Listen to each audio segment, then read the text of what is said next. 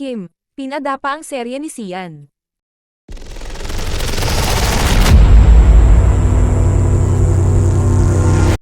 Naging exciting ang labanan sa Primetime TV dahil for the first time ay nagtapat ang mga programa ng mag-ex na sina Kim Cho at Sian Lim.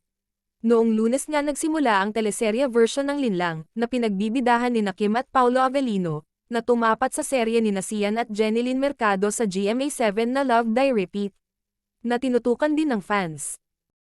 Kahit nga pinalabas na ito sa Prime Video ay panalo pa rin sa ratings ang serye ni Kim at pinadapa nito ang serye ng dati niyang ka-love team. Ayon sa Nutam People Ratings, Urban, na nilabas ng Nielsen Philippines, nakakuha ang unang episode ng Linlang, ng 9.0% habang 7.9% lang ang nakuha ng Love Die Repeat, Nakapagtala naman ng 9.9% ang second day ng Chupaw serye noong Tuesday laban sa 8.0% ng katapat na serye.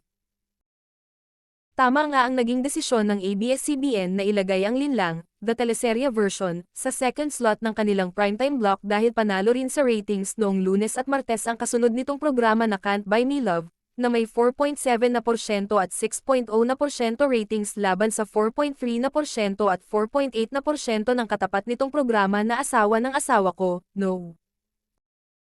Panalo rin sa ratings ang action serye ni Coco Martin na FPJ Batang Quiapo, at youth-oriented show na Zoomers.